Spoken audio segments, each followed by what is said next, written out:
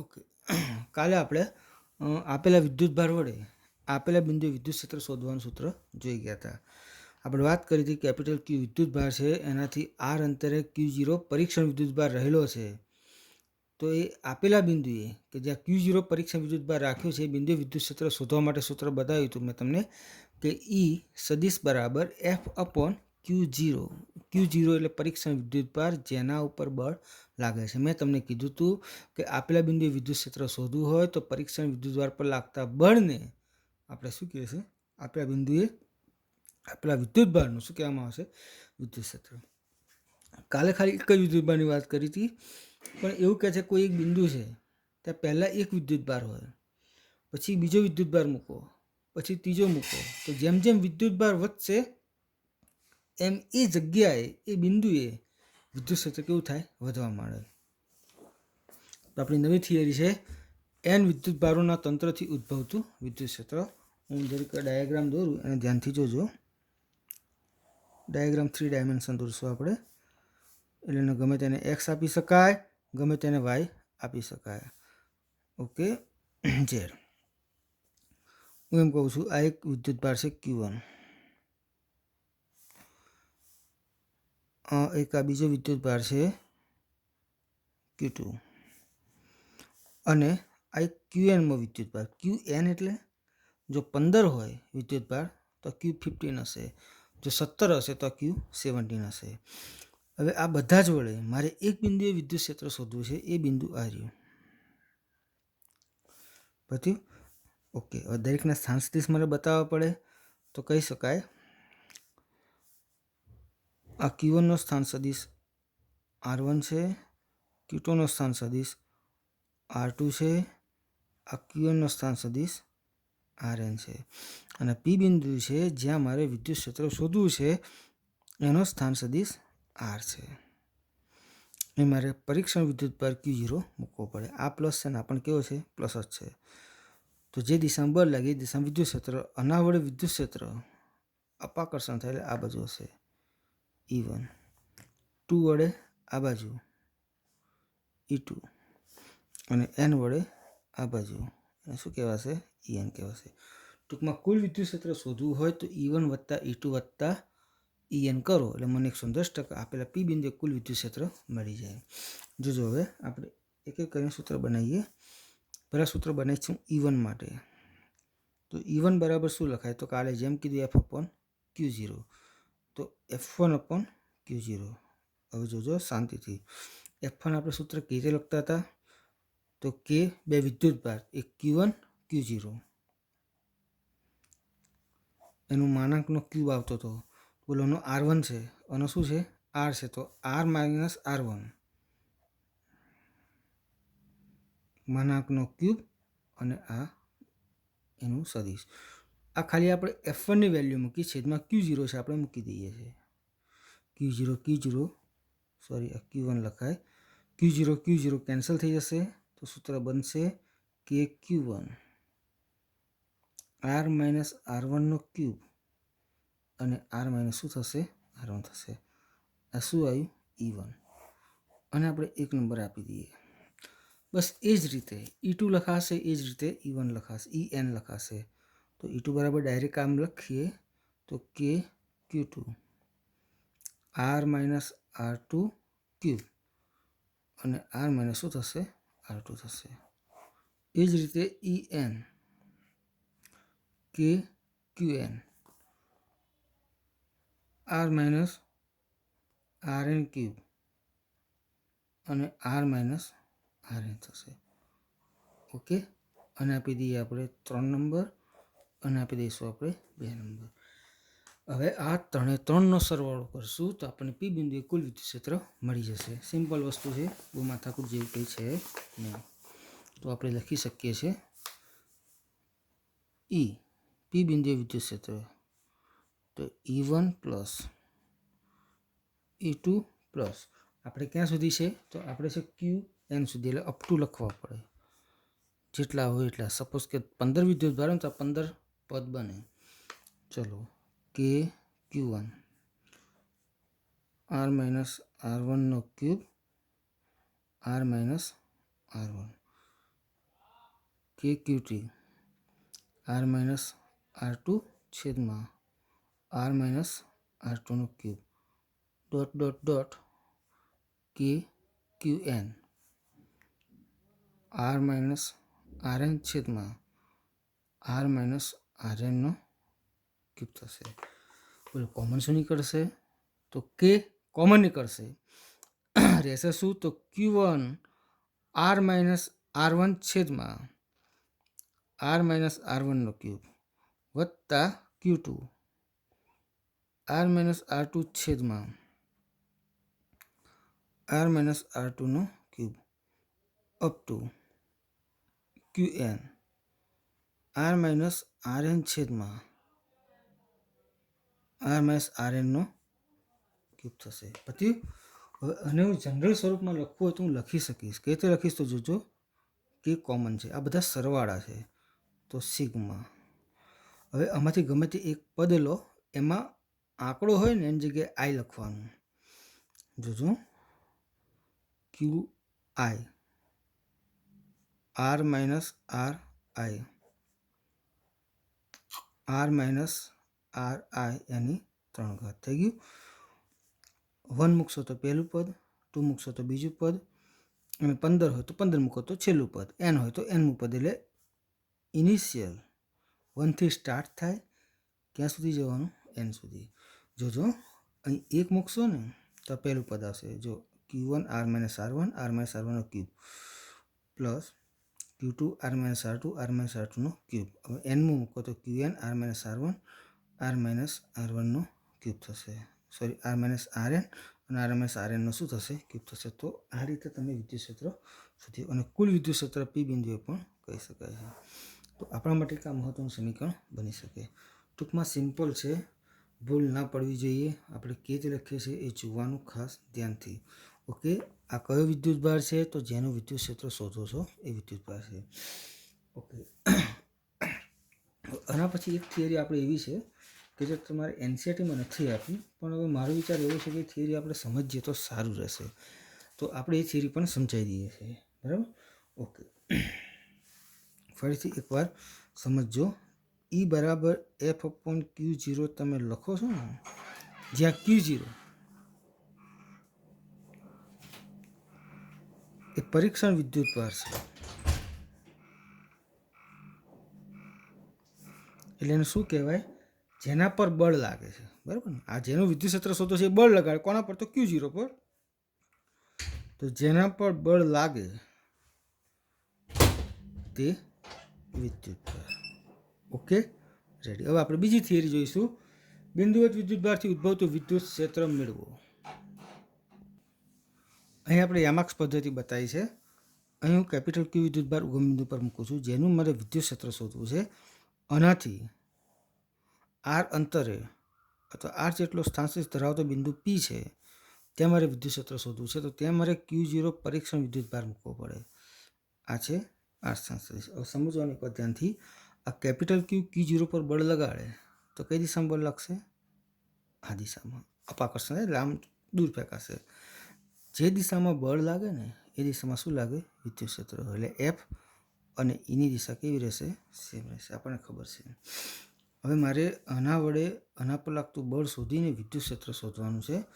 તો આપણે પહેલાં સૌપ્રથમ લખીશું સૂત્ર આવું બને કે E is equal to f upon Q0. પછી ચલો આનો 1 નંબર આપું.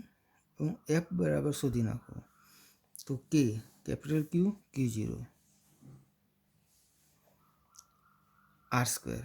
અંતર છે ને આર, તો આર સ્ક્વેર. દિશા કઈ આવશે? તો આર કેરેટ. એટલે મીન્સ આની દિશામાં બળ લાગે છે. તો આના આપી દઈશ 2 નંબર. હવે 2ની કિંમત 1માં મૂકી દઉં તો E ઇઝ ઇક્વલ ટુ એફની જગ્યાએ આ મૂકી દઉં તો કે Q Q0 R square R caret છેદમાં Q0 બાકી ને તે આપણે લખી નાખીએ. ઠીક છે, Q0 કેન્સલ થઈ જાય તો E is equal to K Q upon R square R caret. તો આપણા માટે એક મહત્વનું સૂત્ર મળી શકે. જેને અદિશ સ્વરૂપમાં લખવું હોય તો E બરાબર K Q upon R square. Okay, R શું છે? અંતર છે. ઈ શું છે? વિદ્યુત ક્ષેત્ર. અને ક્યુ શું છે? કેપિટલ ક્યુ, જેનું વિદ્યુત ક્ષેત્ર શોધવા માંગે છે એ વિદ્યુતભાર છે. Okay, ready. હવે આ જ સૂત્રને તમે બીજી રીતે લખો ને તો પણ લખી શકાશે. તો કે ક્યુ અપોન આર સ્ક્વેર ને, તો કેની જગ્યાએ 1/4πε0 લખાય, ક્યુ અપોન. તો આને તમે 5 નંબર આપી શકો છો. જોઈ લેજો એકવાર 5 નંબર. હવે જોવાનું પ્રમાણ ઈ અને આર સપ્રમાણ નથી, વ્યસ્ત પ્રમાણ છે. એટલે એવું કહી શકાય કે આર વધે ને તો ઈ ઘટે. જેમ તમે દૂર જશો એમ વિદ્યુત ક્ષેત્ર ઘટતું જાય, અને જેમ વિદ્યુતભારની નજીક આવશો ને એટલે આર ઘટે ને તો વિદ્યુત ક્ષેત્ર શું થશે? વધવા માંડે છે. તો આ પણ એક બાબત ઘણી મહત્વની છે. ઓકે, હવે તમને થોડું ક્લેરિફિકેશન આપું, સમજીએ એકવાર. આ ખાસ યાદ રાખવામાં ભૂલ ના પડવી જોઈએ. તમે ઈ = F/Q0 લખો છો, બરાબર. ફરીથી એકવાર, જ્યાં Q0 શું છે? તો પરીક્ષણ વિદ્યુતભાર, જેના પર બળ લાગે છે. પટી ગયું. બીજું, જેની વેલ્યુ કેટલી હોય છે? +1 કુલમ. ઓકે, હવે બીજી બાબત, ઈ = KQ/R². જ્યાં આ ક્યુ શું છે? તો જેનું વિદ્યુત ક્ષેત્ર શોધવાનું છે.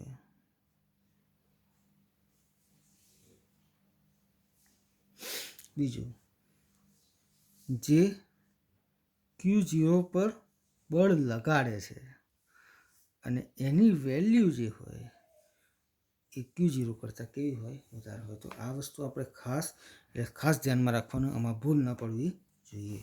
ઓકે, તો આપણે આ બે સૂત્ર થઈ ગયા, ઈના F/Q0, ઈ કે Q/R². ઓકે, ચલો હવે બીજી એક બાબત છે, આ ફરીથી એકવાર બતાવી દઉં છું. ઈ = F/Q0 લખો. આ સીધી સાદી ટૂંકમાં એવું કહે છે કે બળની દિશામાં વિદ્યુત ક્ષેત્રની દિશા હોય છે. બળની દિશામાં વિદ્યુત ક્ષેત્રની દિશા હોય છે. ઓકે, તો આપણે એક બાબત આપણે ખાસ સમજવાની, કશું નથી, મેં નોર્મલ વાત કરી છે. આ વિદ્યુતભાર બિંદુવત છે, એના વડે આર અંતરે મારે વિદ્યુત ક્ષેત્ર શોધવું છે. અહીં વિદ્યુતભાર મૂકે છે Q0, આર સદિશ છે, આમ બળ આ દિશામાં લાગે, વિદ્યુત ક્ષેત્ર પણ આ દિશામાં આવે. ઈ = F/Q0 લખાય છે. F = KQ0R². આ F લખ્યું, અને કિંમત આમાં મૂકી, આ મળ્યું. Q0 કેન્સલ થયું. સદિશ સ્વરૂપે આમ લખાશે, મૂલ્ય સ્વરૂપે આમ લખાશે. પછી મેં તમને કીધું કે એની જગ્યાએ આમ લખો તો લખી શકાય. આ કેવું પ્રમાણ છે? તો આ વ્યસ્ત પ્રમાણ છે. આર વધે તો ઈ ઘટે, આર ઘટે તો ઈ કેવો થઈ જાય? વધી જાય. ઈ = F/Q0, જ્યાં Q0 પરીક્ષણ વિદ્યુતભાર, જેના પર બળ લાગે, જેની વેલ્યુ છે +1 કુલમ છે. ઈ બરાબર KQ/R², જેનું વિદ્યુત ક્ષેત્ર શોધવાનું છે. ક્યુ, જે Q0 પર બળ લગાડે છે, જેની વેલ્યુ Q0 કરતાં મોટી હોય છે. ઈ બરાબર F/Q0, જે સદિશ પાડવામાં આવે છે, કહેવામાં આવે છે કે જે દિશામાં બળ લાગે એ દિશામાં શું થાય? વિદ્યુત ક્ષેત્ર રહેલું હોય છે. ઓકે, તો હવે આપણે બીજી એક બાબત છે, એ થોડી બાબત બીજી ચર્ચા કરી દઈએ, બરાબર. ઓકે, હવે આપણે જોવું છે ધન વિદ્યુતભાર અને ઋણ વિદ્યુતભારના વિદ્યુત ક્ષેત્રની દિશા. ચલો, આ ધન વિદ્યુતભાર છે, એનું મારે અહીં વિદ્યુત ક્ષેત્ર શોધવું છે. તો આ પ્લસ લીધો, પણ આ તો ફિક્સ જ છે, પ્લસ હોય તો આના વડે આના પર બળ લાગશે, એટલે ક્યાં લાગશે? અપાકર્ષણ આ દિશામાં. અને જે દિશામાં બળ લાગે ને એ દિશામાં શું હોય? વિદ્યુત ક્ષેત્ર. ટૂંકમાં કહેવા એવું માગે છે કે ધન વિદ્યુતભારનું વિદ્યુત ક્ષેત્ર જે છે એ વિદ્યુત ક્ષેત્ર ધન વિદ્યુતભારનું બહારની તરફની દિશામાં. કઈ તરફની દિશા? બહાર તરફની દિશામાં હોય છે. ઓકે, હવે આ બાજુ. હવે એ રીતે મારે ઋણનું શોધવું છે.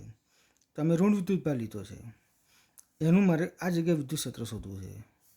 જોઈ લેજો. હવે આ તો ભલે તમે ઋણ લીધો, પણ આ તો Q0 તો આપણે પ્લસ જ લેવાના ને. હવે નિયમ શું કહે છે? તો નિયમ એવો કહે છે કે માઇનસ છે, ના શું છે? પ્લસ છે. તો આકર્ષણ થાય એટલે Q0 દૂર નહીં જાય પણ નજીક આવશે. એટલે એનો મતલબ એવો થાય કે ઋણ વિદ્યુતભાર છે એનું વિદ્યુત ક્ષેત્ર એની તરફ હોય, વિદ્યુતભારની દિશામાં હોય.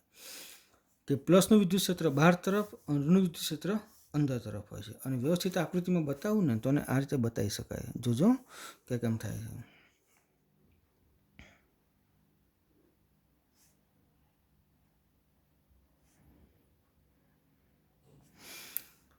આ વસ્તુ શું બતાવે છે? દિશા બહારની તરફ, પણ જેમ જેમ આગળ જાઓ છો ને એમાં તીર કેવા થાય? ઓછા થાય. એટલે જેમ અંતર વધે એમ વિદ્યુત ક્ષેત્ર શું થાય? ઘટતું જાય. ઓકે, હવે એ રીતે હું તમને અહીંયા વાત કરું, માઇનસ બતાવું જોજો. તો માઇનસમાં કેવું હશે જોઈ લેજો એકવાર શાંતિથી.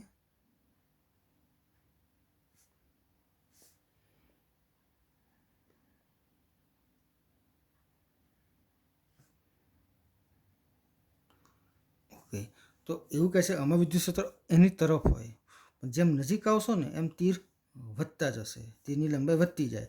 નજીક આમ વિદ્યુત ક્ષેત્ર વધતું જાય અને દૂર જાવ વિદ્યુત ક્ષેત્ર શું થાય? ટૂંકમાં એક વસ્તુ કહેવામાં આવે, સપોઝ કે એક આ ધન વિદ્યુત ભાર છે અને એક આ ઋણ વિદ્યુત ભાર છે, તો આનું વિદ્યુત ક્ષેત્ર ક્યાં હોય? તો આ શું કે બહાર તરફ, આ શું કે અંદર તરફ. તો પ્લસ અને માઇનસ હોય તો એનું ટોટલ વિદ્યુત ક્ષેત્ર +2 બોલાય, થાય ને? આ બહાર તરફ, આ કે અંદર તરફ, એ ટોટલ વિદ્યુત ક્ષેત્ર બોલો તો શું બોલાય? +2. કન્ડિશન આવી છે, આ કહે છે બહાર તરફ, આ કહે છે એના તરફ, તો એનું ટોટલ તમને શું મળે? +2 મળે. તો આ પણ ખાસ યાદ રાખવાનું કે ધન અને ઋણ વિદ્યુતભારનું ભેગું વિદ્યુત ક્ષેત્ર +2 કેવું હોય? માઇનસ હોય છે. તો આ પણ એક બાબત આપણા માટે ઘણી મહત્વની થાય. પછી બે મુદ્દા બીજા આવે છે, આપણે તો ચલાવી લઈએ એ મુદ્દા જોઈ લેજો. એક મુદ્દો છે સમાન વિદ્યુત ક્ષેત્ર.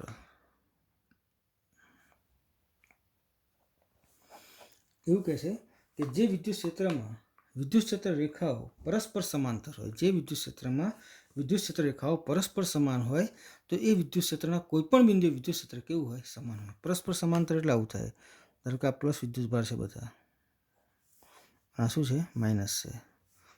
અને વિદ્યુત ક્ષેત્ર રેખાઓ કેવી હોય? તો +2 વિદ્યુત ક્ષેત્ર રેખાઓ આપણે સમજીશું ડિટેલમાં, આગળ થિયરી આવશે. તો કહેવાય છે કે આ બધી રેખાઓ એકબીજાને કેવી છે? સમાંતર.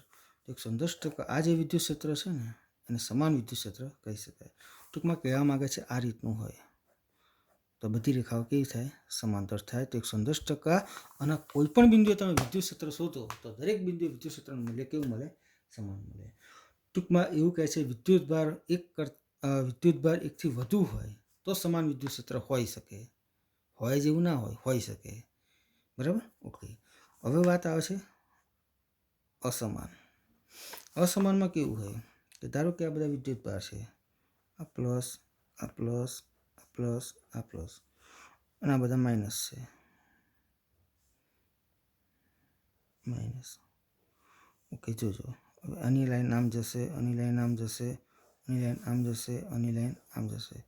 તો ટૂંકમાં કહી શકાય છે આ વિદ્યુત ક્ષેત્ર રેખાઓ સમાંતર જોવા મળતી નથી.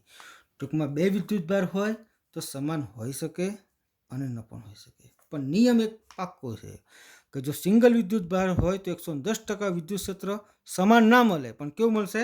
અસમાન મળશે. કઈ રીતે? જુઓ કે આ ધન વિદ્યુતભાર છે તો એની વિદ્યુત ક્ષેત્ર રેખાઓ આમ હશે, બહાર તરફ, બહાર તરફ, બહાર તરફ, બહાર તરફ, બહાર તરફ. ઓકે, થઈ ગયું. હવે તમે જોઈ શકો છો આ બધી રેખાઓ સમાંતર નથી પણ કેવી છે? અસમાંતર છે. હવે બીજી બાબત છે ઋણ વિદ્યુતભાર. તો એનું વિદ્યુત ક્ષેત્ર અંદર તરફ, અંદર તરફ, અંદર તરફ, અંદર તરફ. ઓકે, તમે જોઈ શકો છો આમાં પણ વિદ્યુત ક્ષેત્ર રેખાઓ કેવી છે? અસમાંતર છે. ટૂંકમાં એક ફિક્સ થાય. કેવો ફિક્સ થાય? કે જો બિંદુવત વિદ્યુતભાર હોય એટલે સિંગલ વિદ્યુતભાર હોય તો એનું વિદ્યુત ક્ષેત્ર હંમેશા ને હંમેશા અસમાન મળે, પણ જો એક કરતાં વધુ વિદ્યુતભાર હોય તો એનું વિદ્યુત ક્ષેત્ર સમાન પણ મળી શકે અને અસમાન પણ મળી શકે. તો એક બહુ મહત્વની બાબત થઈ જેને આપણે સમજી શક્યા. ટૂંકમાં એક સામાન્ય મુદ્દો આપણે એટલું સમજ્યા કે ધન વિદ્યુતભારનું વિદ્યુત ક્ષેત્ર બહાર તરફ હોય અને ઋણ વિદ્યુતભારનું વિદ્યુત ક્ષેત્ર અંદર તરફ હોય. બીજી એક બાબત આપણે ખાસ સમજ્યા, વિદ્યુત ક્ષેત્રના આપણે બે સૂત્ર જોઈ ગયા કે E = F/Q0 અને E = KQ/R². ઘણો ફરક છે. આ Q0 જેના પર બળ લાગે તે અને આ Q જે બળ લગાડે તે, અને પરીક્ષણ કહેવાય અને આપેલું વિદ્યુતભાર કહી શકાય છે. ઓકે, તો આ બાબત ખાસ ધ્યાનમાં રાખવાની. હવે આપણે કાલે ફરીથી મળશું એક દાખલા સાથે. બે દાખલા આપણે કાલે ગણશું એટલે ફરીથી પાછું 1-2 દિવસ આપણે દાખલામાં જશે. ઉદાહરણ છે, હું અમને સ્ક્રીનશોટ મોકલું છું, એ સ્ક્રીનશોટ તમારે લખી નાખવાનો છે. ઓકે.